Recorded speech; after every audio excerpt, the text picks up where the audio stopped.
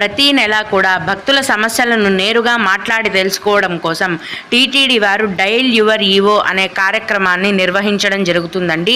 ఈ మే నెలకు సంబంధించిన డయల్ యువర్ ఈవో కార్యక్రమం అనేది మే 3వ తేదీ అంటే ఈరోజు ఉదయం 9 నుంచి 10 గంటల వరకు టీటీడీ వారి అడ్మినిస్ట్రేటివ్ బిల్డింగ్లో తిరుపతిలో జరుగుతుందండి.